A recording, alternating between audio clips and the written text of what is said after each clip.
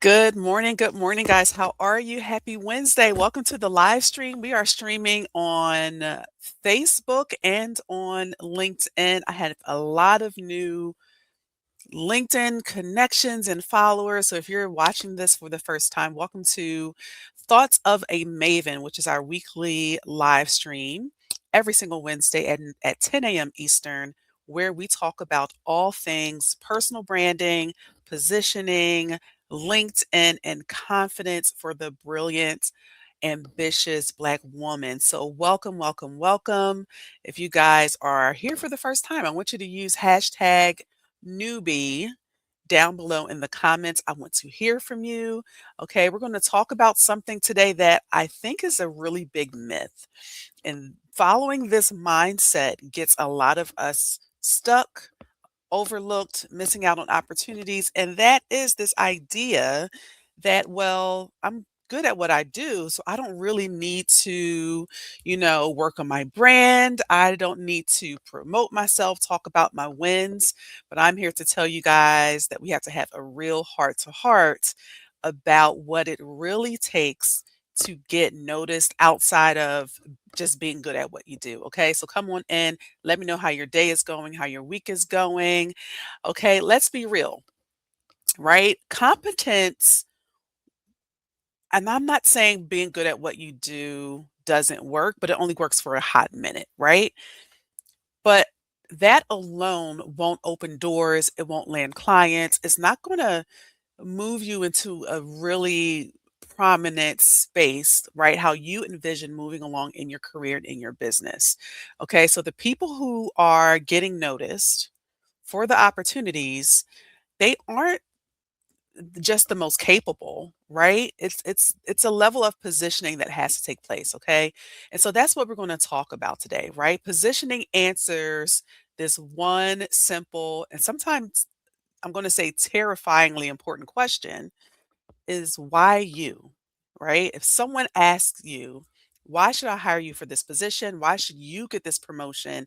You can't just say, I'm good at what I do, right? And for a lot of brilliant Black women and women of color, that question feels harder than it should be, right?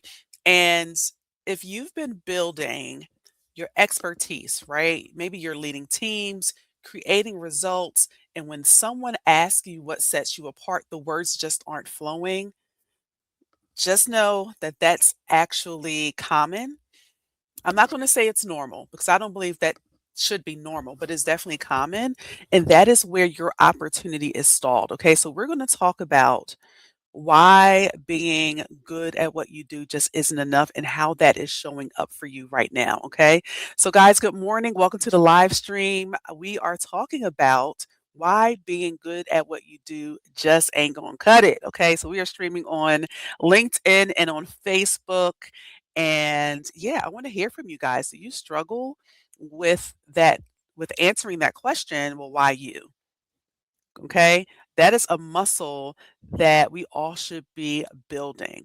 And so the first thing we need to realize is that you need to be a specialist and not a generalist, right?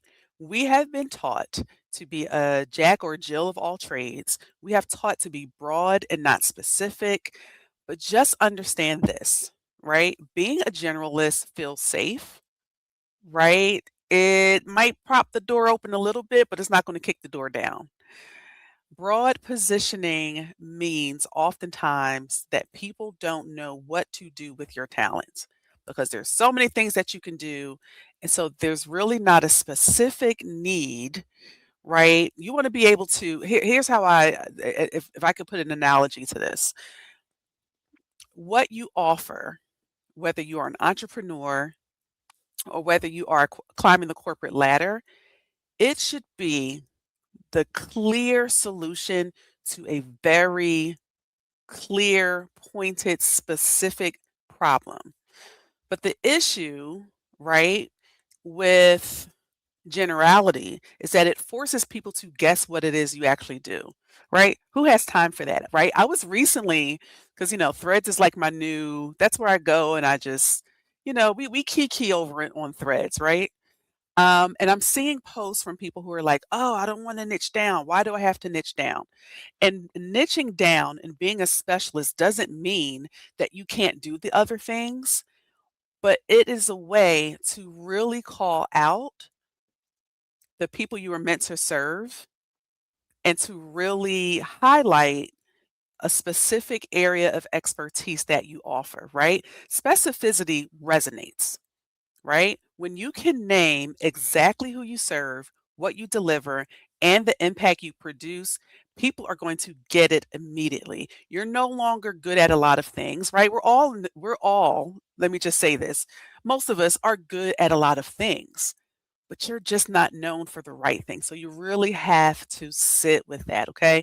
Guys, good morning. Welcome to the live stream.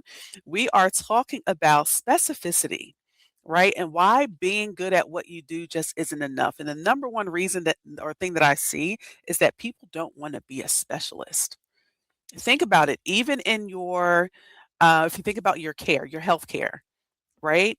What you pay to go to your general physician or your family physician, your primary, is not the same as going to a specialist, right? Because there is value in specificity.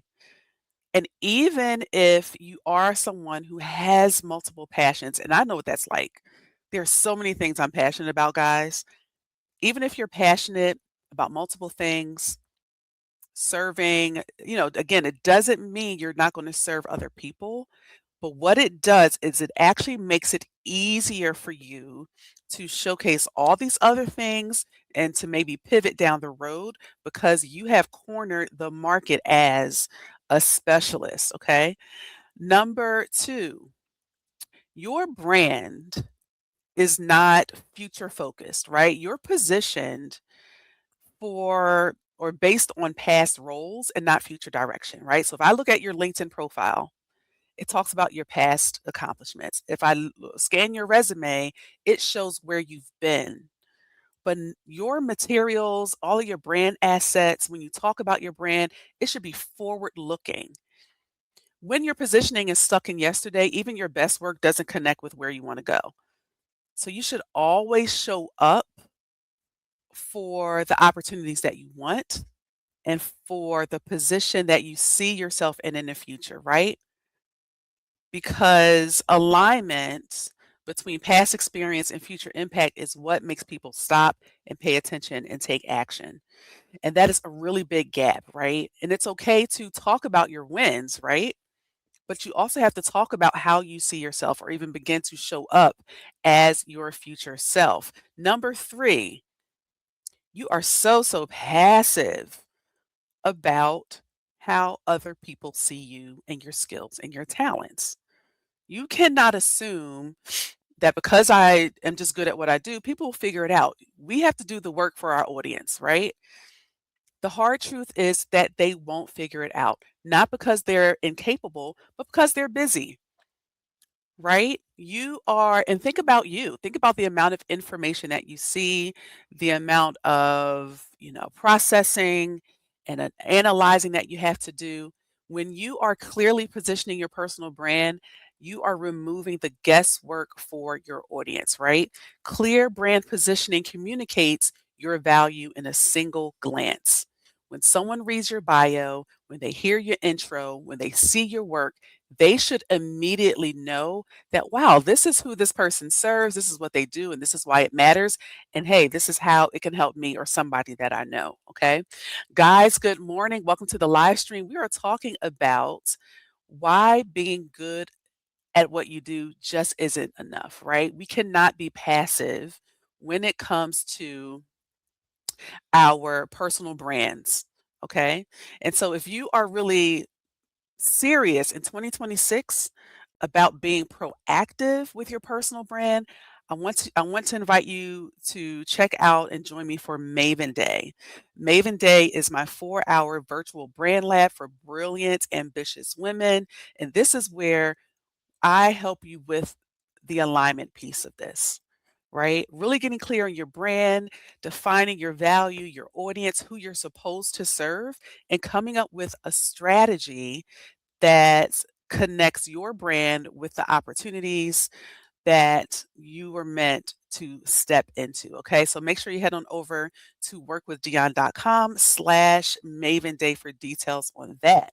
Okay. Number 4, you are downplaying your brilliance. You are downplaying the very things that make you so different and unique from your competitors, right? There are things that come naturally to us. There are things that feel normal to you, right? Think about the years of experience, your expertise, your leadership that you exhibit under pressure. Those are the things that set you apart. And I've had people tell me, like, Dion, in moments of like high crisis, you are like grounded, right? It's not that you're passive, Dion, but I see that you show up and provide a level of stability and leadership and focus and calmness when other people are like panicking, right? When there's a fire to put out.